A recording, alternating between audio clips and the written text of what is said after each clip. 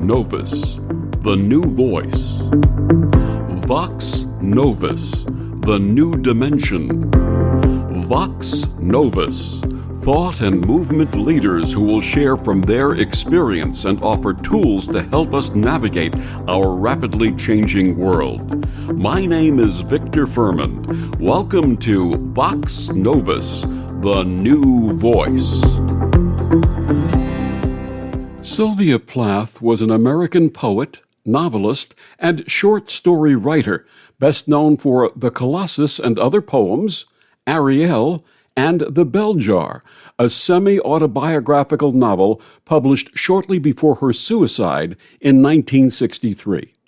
What many are not aware of was her study of occult practices. My guest this week on Vox Novus, Julia Gordon-Bramer, spent 15 years researching Sylvia Plath's enduring interest and active practice in mysticism and the occult from childhood until her tragic death in 1963.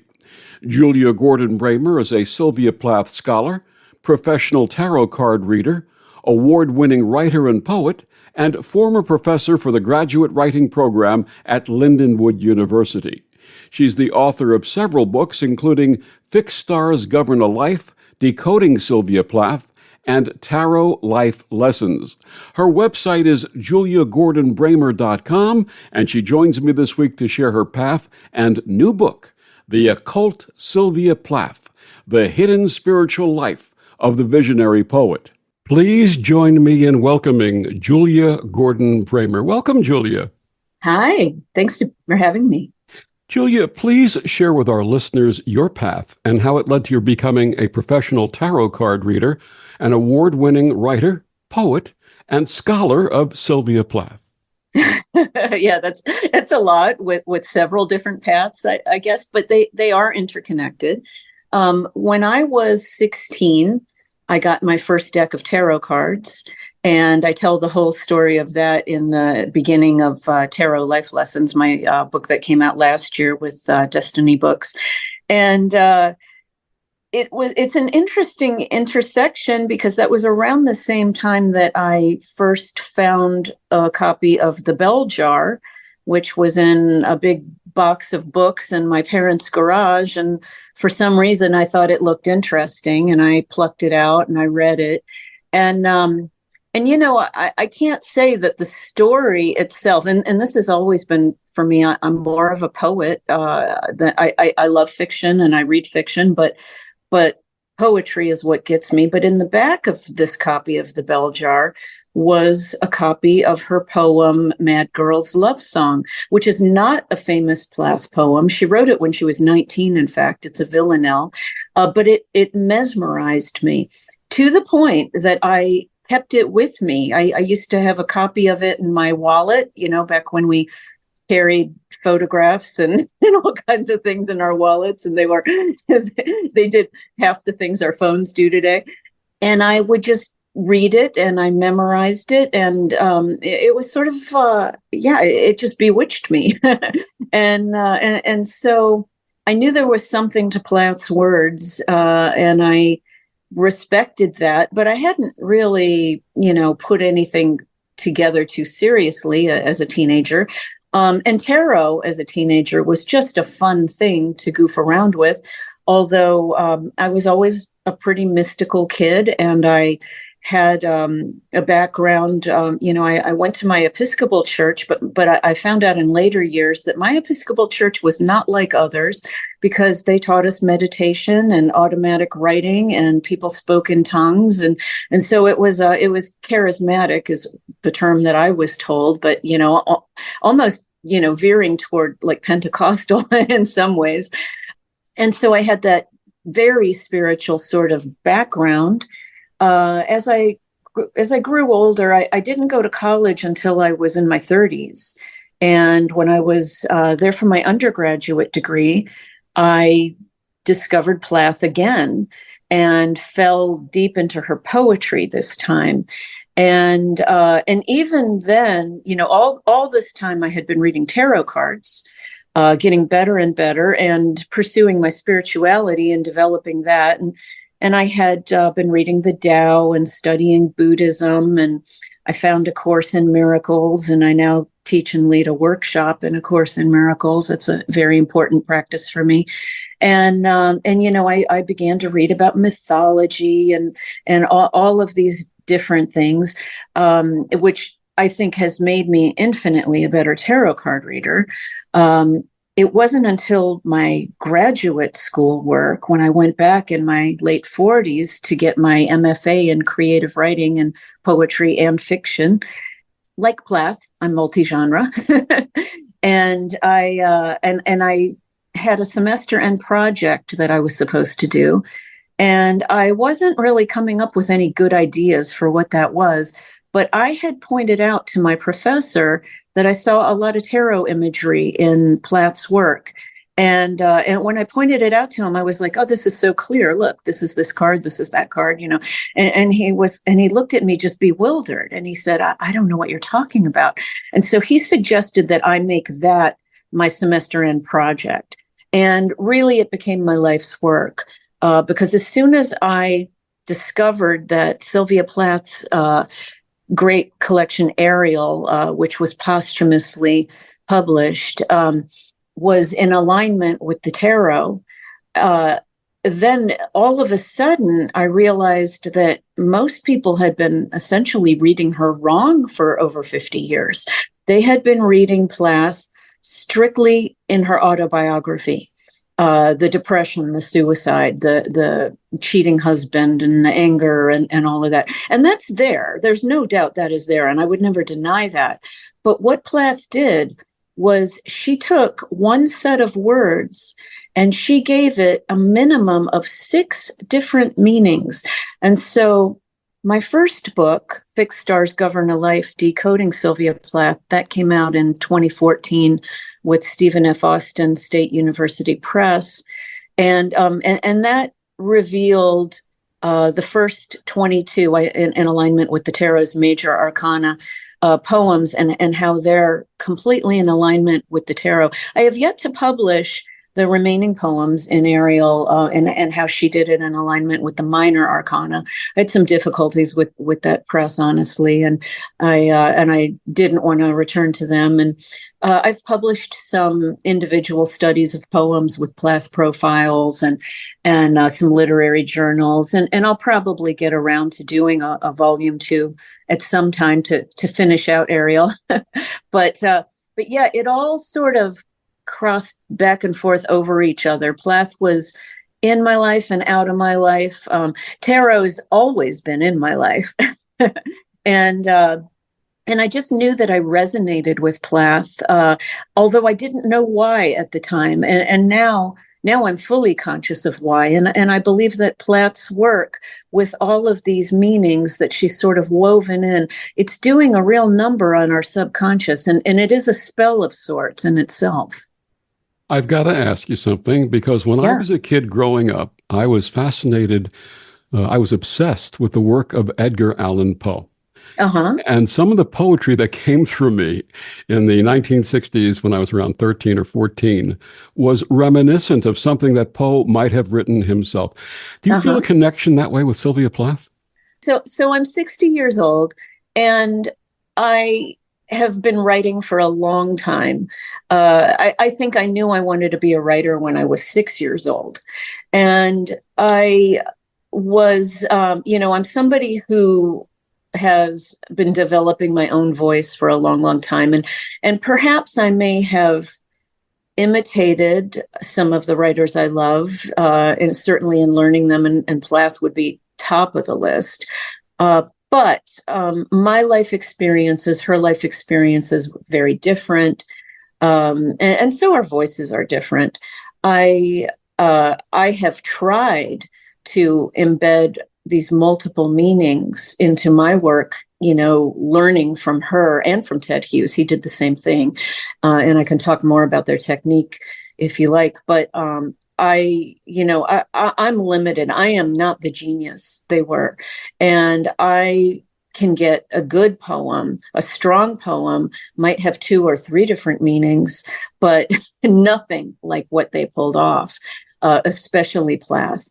My working title for the Occult Sylvia Plath was The Magician's Girl. I called it that for many years. The book has been 15 years in the making. And I called it The Magician's Girl from a line that she has in her poem, The Bee Meeting, which says, "I am the magician's girl. I do not flinch." But it's also kind of reminiscent of The Sorcerer's Apprentice. And I really do believe that Ted Hughes apprenticed Sylvia Plath, and that, like in that story, she became more powerful than the master.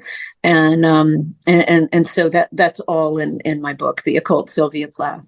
That line, "I am the magician's girl, I do not flinch," is that a reference to being cut in half or sawn in half? Yeah, I think so. I think so. Just that perfect calm. Absolutely. Before we discuss your latest book, The Occult Sylvia Plath, please share with us your last book, Tarot Life Lessons, Living Wisdom from the Major Arcana. What inspired this book, and what do you share with readers?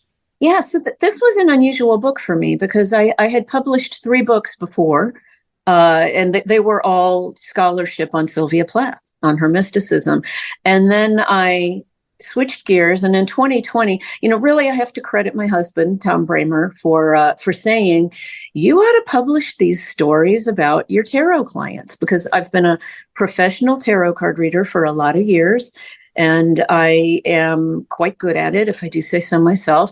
And I have had these stories that floored me, that I just couldn't quite believe for one reason or another. And I had journaled them. And because I'm a creative writer, I had journaled them in a way that, I would want to read it. So I had dialogue, and I had what cards I pulled, and I wrote about my experiences and how I felt. And, maybe I was intimidated, or maybe I was shocked, or maybe I was in tears with somebody. And so I put all of this into the writing, and I did it for myself. It was just my journals. And I had shared some on a blog at one time, and I had shared some with some interested people and with my husband. And he was like, in 2020, when we were all bored and quarantined and looking for things to do, he said, "Why don't you put that in a book?" And I did it very quickly. And I did it in alignment with the tarot cards Major Arcana, which is where the subtitle comes from. But it's really not just about the Major Arcana. And this is not a how-to read tarot card book. I want to emphasize that. I really wrote a book that I had never seen anything like. It is the real practical stories of my clients, starting with my story. So I aligned my own story on how I kind of found my psychic abilities and became a tarot card reader. That's in alignment with the Fool card, the beginning and the naive person just sort of falling into it. And then I have stories about gold diggers, and I have stories about addicts, and I have stories about people who have never been loved, and I have stories about there's murder in there. Some of this stuff really tripped me up. There's somebody who was sort of stalking me and impersonating me. There's most of these are not my stories, however. Most of these are my client stories. And because of that, I changed identities. I not just names, but in some cases, races, in some cases, sexes. Definitely careers got changed, any identifying sort of characteristics. But I wanted to share the real stories of real people, and how tarot, you might say, exposed them in some ways, but also how it helped them to find healing. And I do think ultimately this is a book about healing, and it's a book about our humanity and our collective experiences. And, we all know someone who has, lost a child to some horrible circumstance. And how do they cope with that? Well, tarot gave me some tools to help some people through. We all know people who have addiction issues. There's a tragic story of a gambling addict. And then there are alcohol and drug addicts in this book as well. there's a mercy killing in this book. There is manslaughter that's covered up in this book. There's a lot of intense stuff. And I just didn't want to forget it. So I had recorded it all. So essentially, it was all there for me to just sort of polish up and put into place. And when I had the blessing, just to get a little tangential for a second, I got a fan letter about my Plath work from somebody on Instagram, Tamara Lucid, and she's a wonderful writer and scholar and mystic in her own right. And she wrote this incredible letter to me, and, talk about things being in alignment. She said, I'd like to introduce you to an author friend of mine. She was asking what I had next. And I told her about these two projects, Tarot Life Lessons and the Occult Sylvia Plath. And she connected me with Inner Traditions, and they snatched both right up. And they've been wonderful. And the imprint is Destiny Books, but Inner Traditions is the parent company. And boy, I've not had a better publishing experience than working with them. They've been just great. And I just think it was the exact right time and serendipity. The Occult Sylvia Plath was intended to be the introduction to your first book, Fixed Stars Govern a Life, Decoding Sylvia Plath. When and why did you decide it was its own biography? Yeah. Well, it just became too wieldy. I just kept finding things. And Fixed Stars Govern a Life came out. It was published in 2014. And I realized I had probably started, I had definitely started my deep dive into Plath and working in the archives and that sort of thing in 2007. And I thought that 7 years of work would have been enough, but I just kept finding things to support this mysticism, this background. And I knew I had to tell a bigger story than to just say, oh, she had some tarot cards, she had a crystal ball, she had, Ouija board, like there are all these sort of touch points that, it supports it. But this was a bigger story to tell. And the historical context, it blew me away. Again, people just read Plath for her autobiography, and they weren't looking at what was happening around her at the time. And she was a real news junkie, by the way. And so, all of this stuff had to be incorporated, and it was just too big of a book to, on its own to be an introduction. I mean, as it is, the Occult Sylvia Plath, with its index is 400 pages. So it would have been a heck of an introduction. And Fixed Stars Govern a Life is about 400 pages by itself. So I wasn't writing a Russian novel, and nobody would publish that, and few would read it. So had to break it apart. For listeners not familiar with Sylvia Plath, please give us a thumbnail bio. Yeah, so she's probably most famous for her very autobiographical novel, The Bell Jar, which is based on her true events of basically having a nervous breakdown and depression and being institutionalized, getting shock treatment, and ultimately having a suicide attempt that she came out of. I had that a little bit backwards there, but that's what people know of Plath. If they know a little more, they know that she was depressive, that she was angry, betrayed by her husband, who was a bit of a philanderer, and that she was the poet who put her head in the oven and committed suicide by gas in 1963. So that's what people know about her, by and large. There's been Hollywood movies made about her and Ted Hughes. Gwyneth Paltrow and Daniel Craig starred in one in the early 2000s called Sylvia. And, it's only about how beautiful they were and how, it had some writer's block. It had very little about her genius. It was all the drama of the marriage and, her depression and his philandering. And yes, that happened, but that was not all of who she was. Plath scholars will read, and it really anyone can read now that her letters have been published and everything. She was wickedly funny.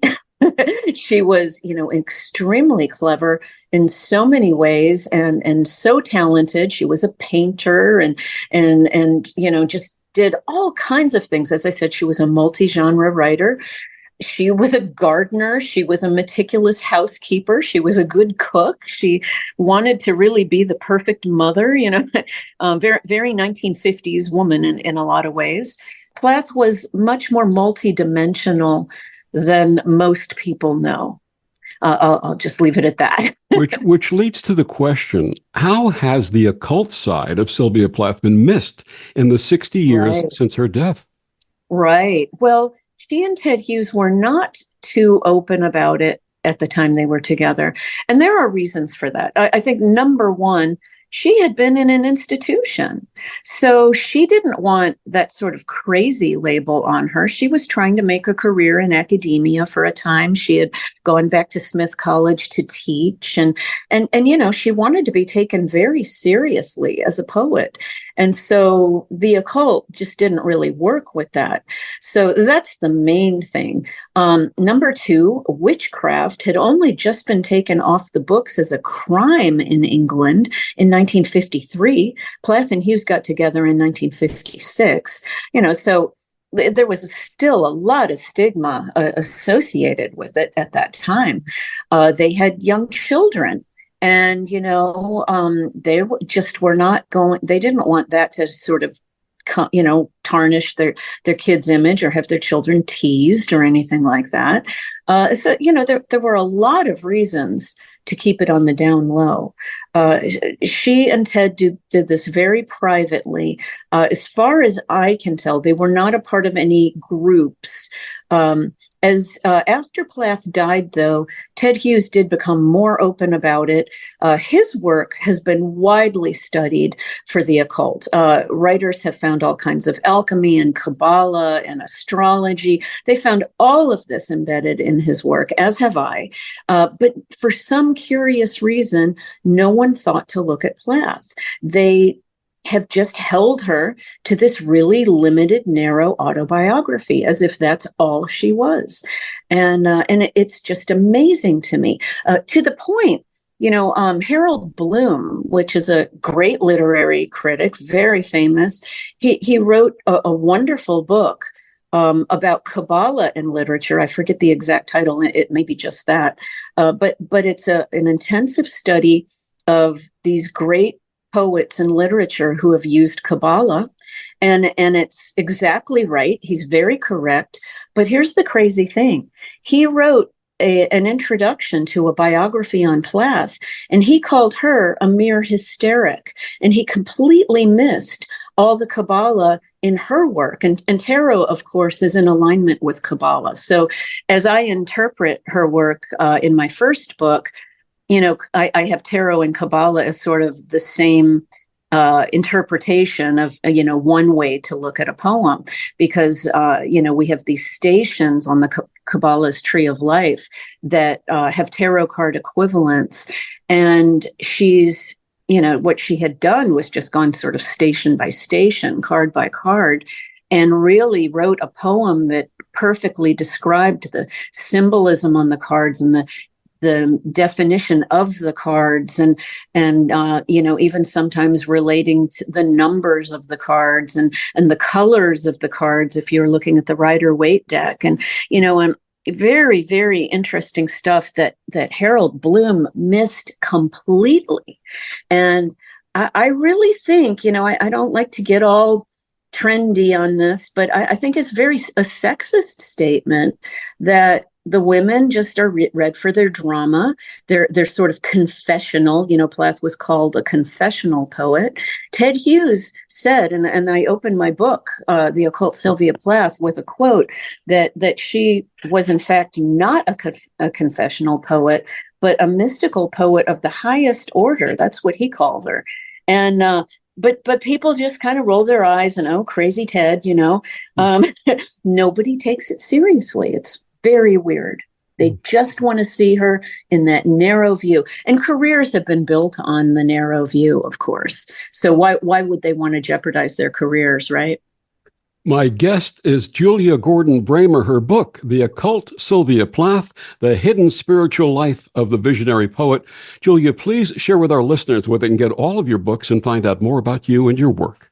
Yeah, thank you. Well, you can find me on all the major booksellers, Amazon and Barnes and Noble, and I have an audio book. Simon and Schuster distributes the audio book.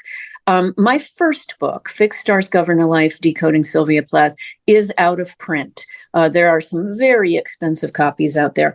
But if your listeners are interested in that book, have them email me directly at through my website, juliagordonbramer.com, and I can hook you up with a PDF for $5. That's wonderful. And we'll be back with more of Julia after these words on the Om Times Radio Network. The cutting edge of conscious radio, Om Times Radio, IOM FM. Om Times Magazine is one of the leading online content providers of positivity, wellness, and personal empowerment. A philanthropic organization, their net proceeds are funneled to support worldwide charity initiatives via Humanity Healing International. Through their commitment to creating community and providing conscious content, they aspire to uplift humanity on a global scale. Om Times, co-creating a more conscious lifestyle. So I'm a cat, and I just moved in with this new human, and she's got this little toy she's always playing with, all day long. Tap, tap, tap, tap, bloop, bloop. She can't put it down. There it is. Oh, and get this. She even talks to it. Last week, she asked it for Chinese, and guess what? Egg rolls showed up. Like magic. Humans have cool toys. A person is the best thing to happen to a shelter pet. Be that person. Adopt. Brought to you by the Ad Council and the ShelterPetProject.org. Hi, this is Bill Maher. I can find humor in almost anything, but one thing I never laugh about is cruelty to animals. If you don't get the joke either, write People for the Ethical Treatment of Animals, 501 Front Street, Norfolk, Virginia, 23510. Back with Julia Gordon-Bramer. We're talking about her latest book, The Occult, Sylvia Plath, The Hidden Spiritual Life of the Visionary Poet.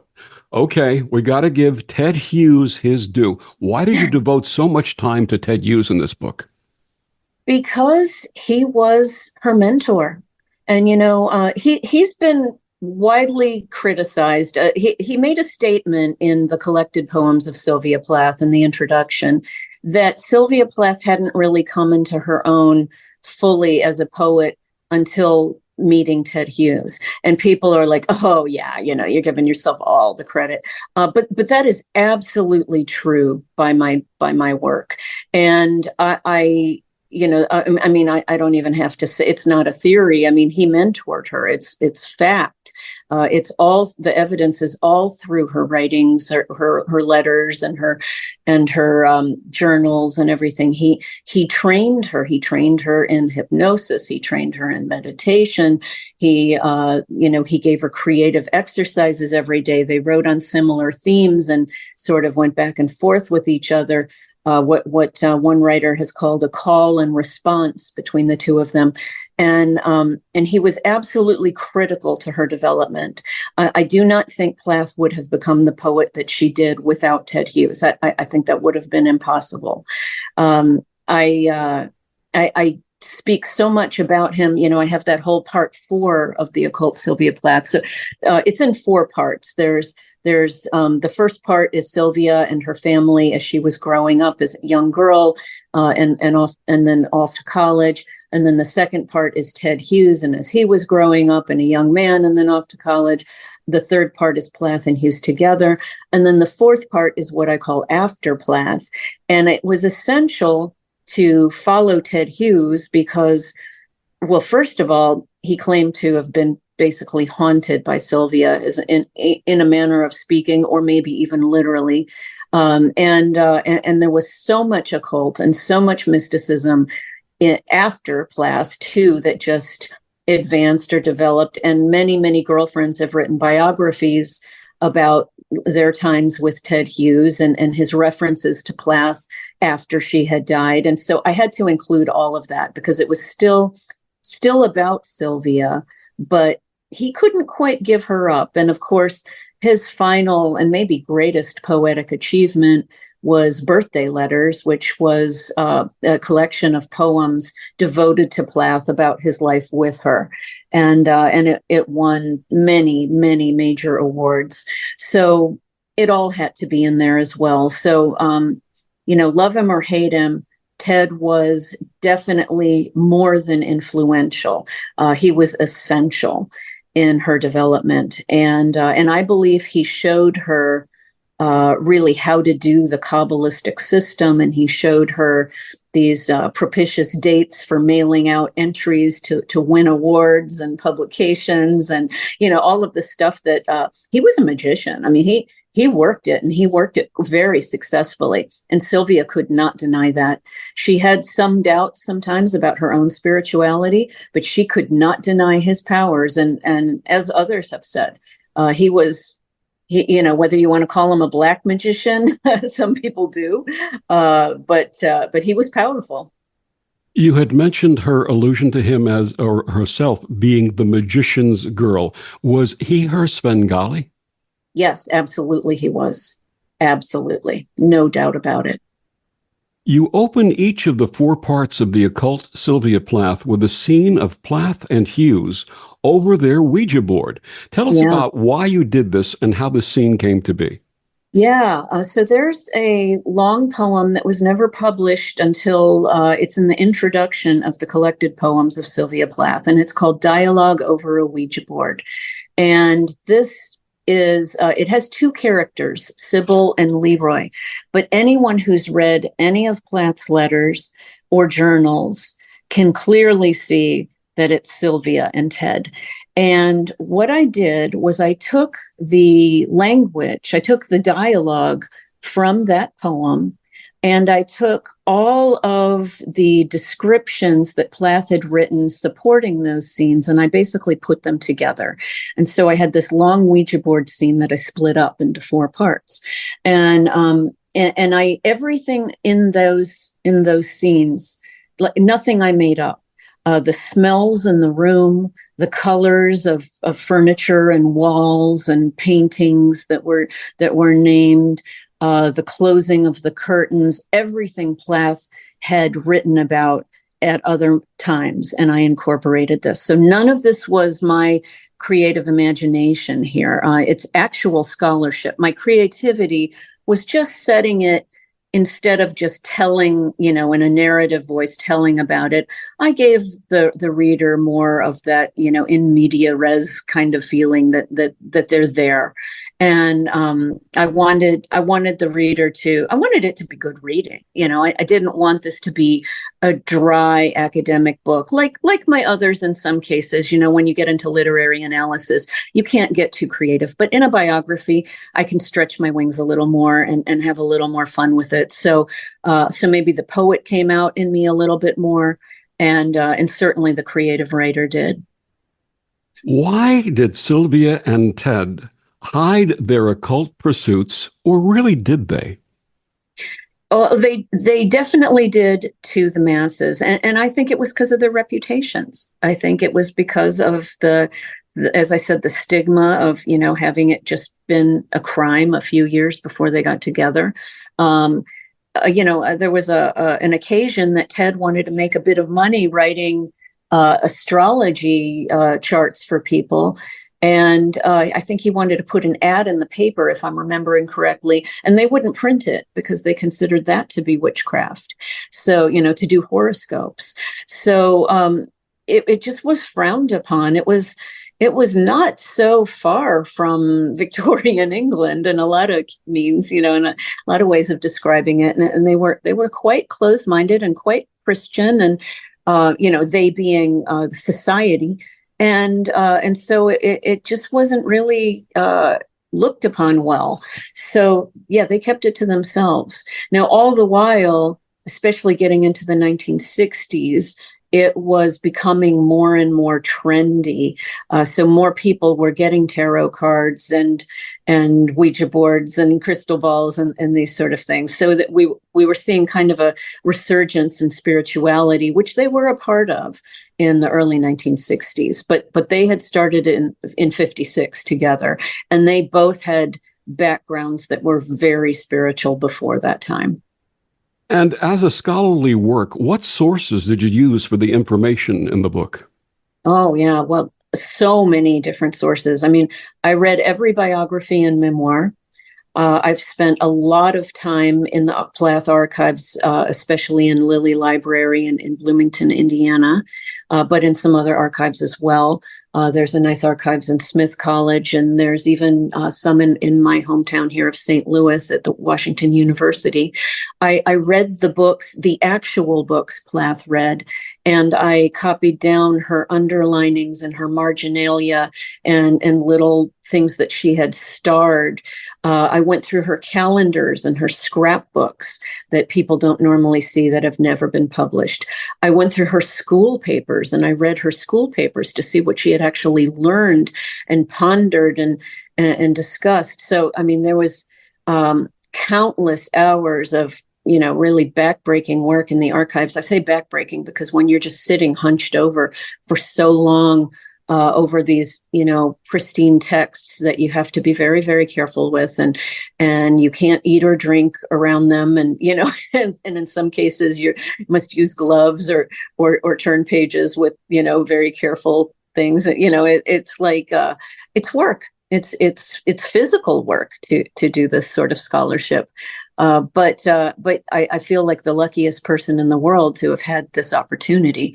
And yeah, I had sources from all over. So when I wasn't in the archives, I was reading every memoir, every biography, just picking up the little bits. And it's, Victor, it's all been out there, or most of it in any case has been out there, but no one has viewed it collectively. And they've all kind of just chuckled and figured it was entertainment for Plath and Hughes, and not seen how very serious they were about their mysticism and how it was really the core of their work. You had mentioned Kabbalah and Tarot and Ouija. What were some of the other occult activities pursued by Plath and Hughes?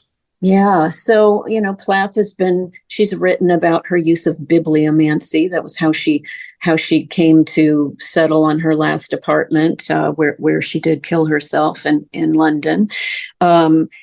She has, been written of having these witchy bonfires where she gathered the fingernail clippings and dandruff of Ted Hughes and put it in the fire and chants and all kinds of things like that.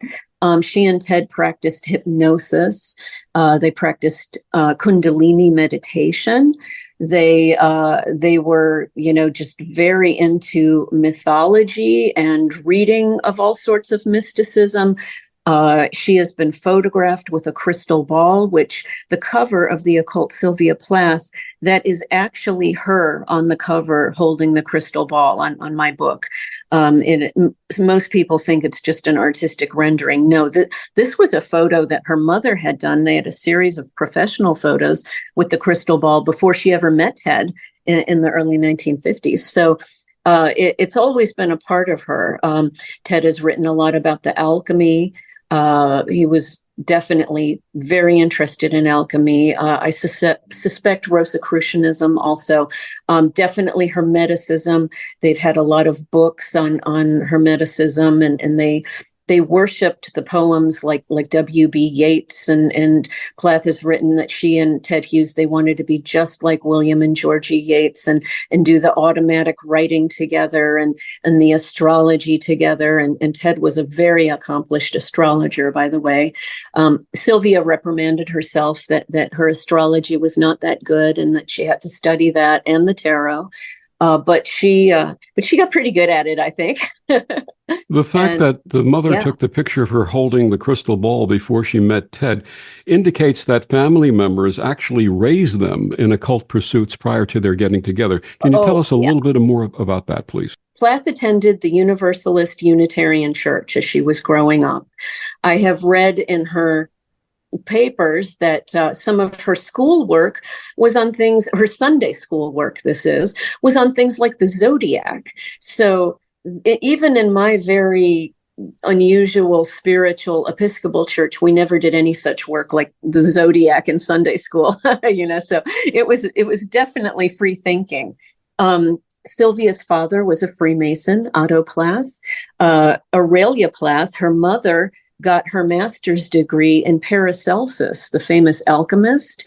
And Plath read every book of her mother's, every school book. Her mother has said this. So her mother said that they really shared everything, and it was a very, lot of osmosis with understanding. And so Plath had this, just steeped in it. An interesting aside, when she was in summer camp in her teens, she carved a hermetic caduceus out of wood. So this is a tip off to Hermeticism, number one. And it has alchemical symbols on it. It's basically like a magic wand. And she carved this out of wood. It was given by Aurelia Plath to Dr. Richard Larson, who had it for a long time, who it is now, I'm delighted to say, in my possession. Dr. Larson wanted somebody who respected and knew Plath's mysticism to have this object, as he's a very old man now. And so this single object is probably more valuable than my house. Plath had her tarot cards auctioned off in 2020, and they sold at the auction for over $200,000 US in 2020. So you can imagine she didn't make those tarot cards. And there's even some question as to whether that was even the deck that she used. I especially question it because it was a Tarot de Marseille deck. And while she may have had it, my work supports that she had the Rider-Waite deck. And the tarot expert Mary Greer backed me up that Rider-Waite was the most likely deck that she would have had in 1956 England. So, it's kind of amazing that I would own this thing that she made by hand, and of course it is kept in a safe. But it is my most treasured possession. I have to ask, because I'm sensitive to subtle energy, when you hold it in your hands, do you feel anything? Oh, yeah, I don't know how much I'm projecting on it. I would say wonder and delight and just the blessing that I really think she chose me. I think I had a real battle with my publications on my Plath stuff for the first decade. But then it just started to unfold, and it just clearly my path was being opened up, and I had all of these major points of just being told, yes, this is right. Starting with Tamara Lucid writing me on Instagram and hooking me up with the publisher. But when I became owner of that Hermetic Caduceus, Plath could not have given me a more lovely gift, It's just so wonderful. Beyond the understanding of her work, which is the ultimate gift, I think, that she chose me of all people, just this random poet in St. Louis, tarot card reading poet.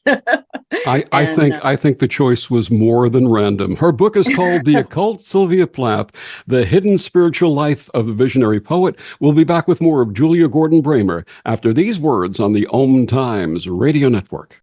Humanity Healing International is a small nonprofit with a big dream.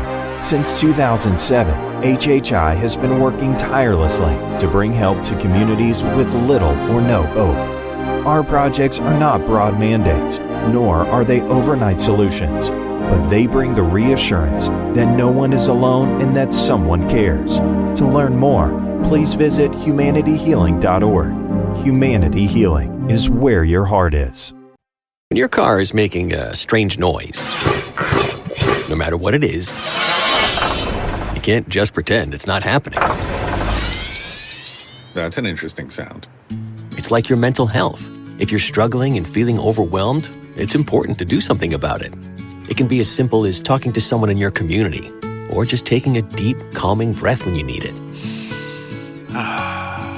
Nice. For mental health resources, check out loveyourmindtoday.org. At loveyourmindtoday.org, you'll find information that may help you get through a tough time. Things like tips for dealing with stress, how to navigate difficulties like financial worries, anger, substance use, and more. You can also find real stories of how people navigated their own mental health challenges. Because once you start to address the problem, you can go so much further. Visit loveyourmindtoday.org. That's loveyourmindtoday.org. Brought to you by the Huntsman Mental Health Institute and the Ad Council. Hey, Dad, your prescription will be ready in just a minute. Hey, Dad, your laundry will be ready in just a minute.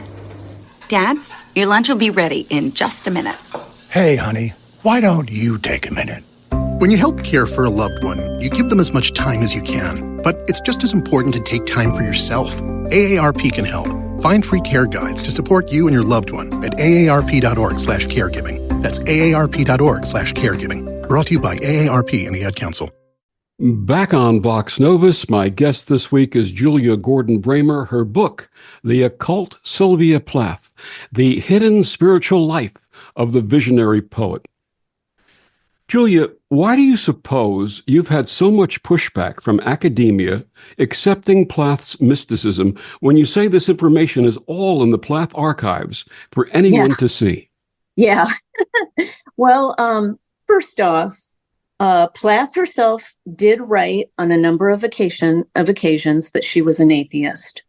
Now, almost anybody will say, and it has been written of her, that she was the most spiritual atheist ever. I do believe that atheism does not have to deny something beyond. It's just denying a God in the sky, as a person. But Plath definitely believed in something beyond and pursued something beyond in so many ways, as really every creative person does. I mean, creativity, whether you're painting or writing or sculpting or dancing, you go into that other consciousness, you go into that zone. And what I've learned, when I started my Plath work and I started to find this stuff, and I got so excited, and I immediately went to the Plath community and I was like, oh my gosh, look at this. And I thought that they would be so excited with me. And in fact, it was kind of the opposite. And what I learned, number one, they're atheists, but they're really a little bit beyond that. They're kind of nihilists, believing in nothing. They're also, by and large, not creative people. They don't understand. They teach poetry, but they don't understand what poetry can do. They don't understand these multi-levels and the magic of it. They're not necessarily writing it, And then, as I said earlier, their careers are dependent on the old story of Plath, that she was just this depressive, suicidal, confessional poet. And that's how they want to see her. And they're not willing to look at anything else. There was a time I walked out of the archives in Bloomington, Indiana, with my stack of my Plath books and everything. And a man looked at me as he was going in and I was going out. And he kind of nodded his head and he said, hasn't everything been said about her that there is to say?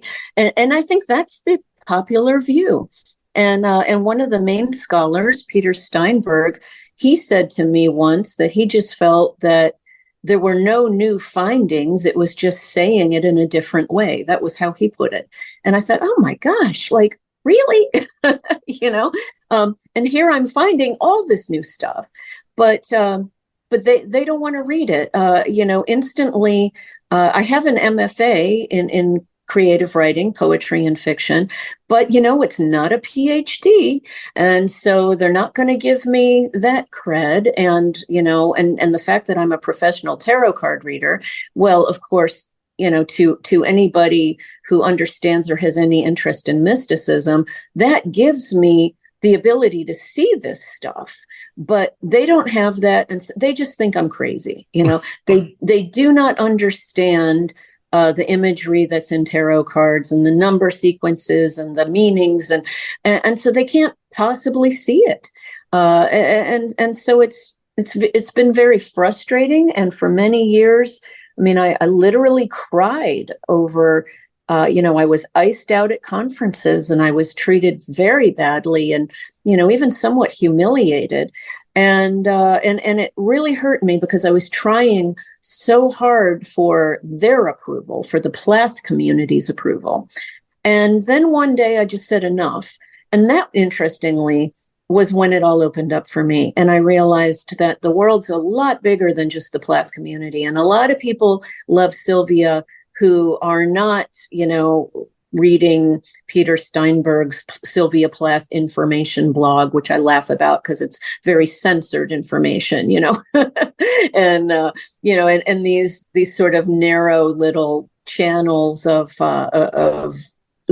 Steinberg has called himself in his blogs the king of Plathdom, this white male, non-poet, non-mystic.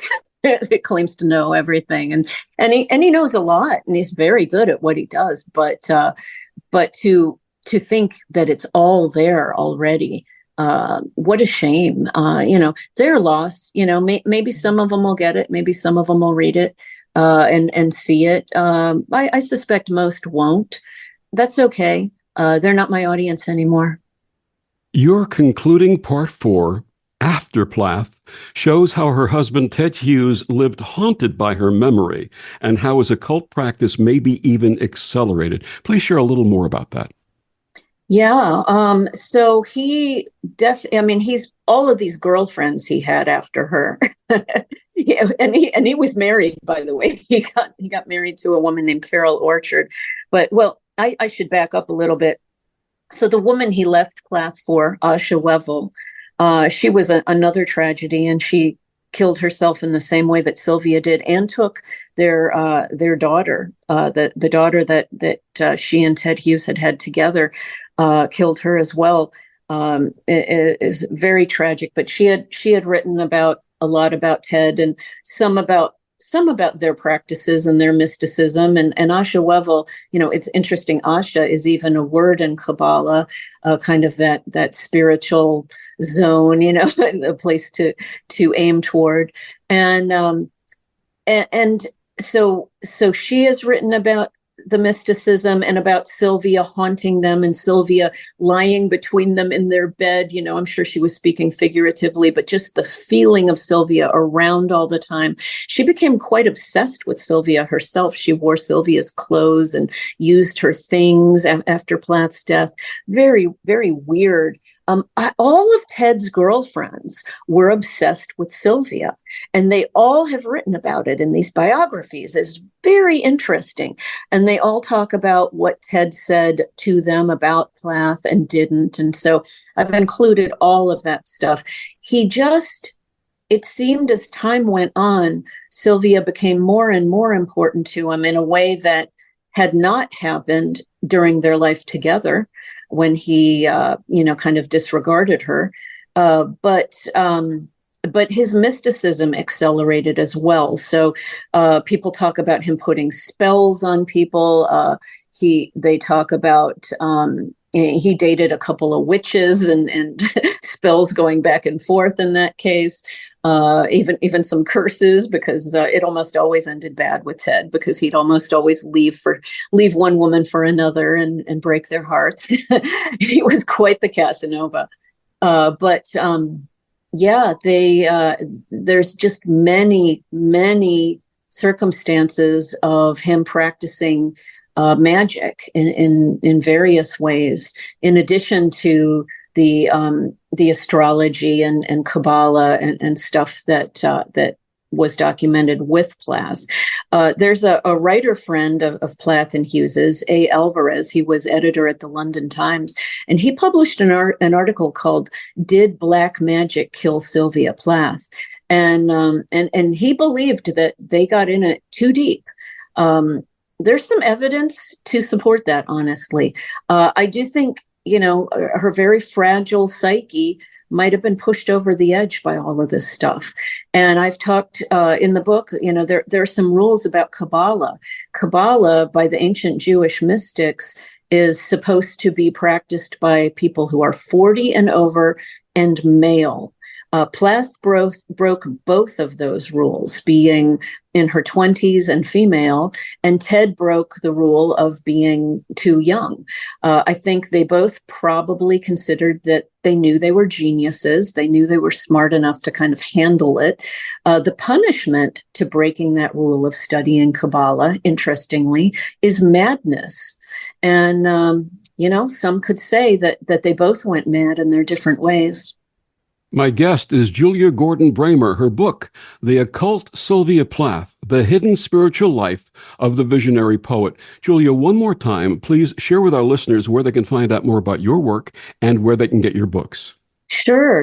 My website is juliagordonbramer.com, and I'll spell that JuliaGordonBramer.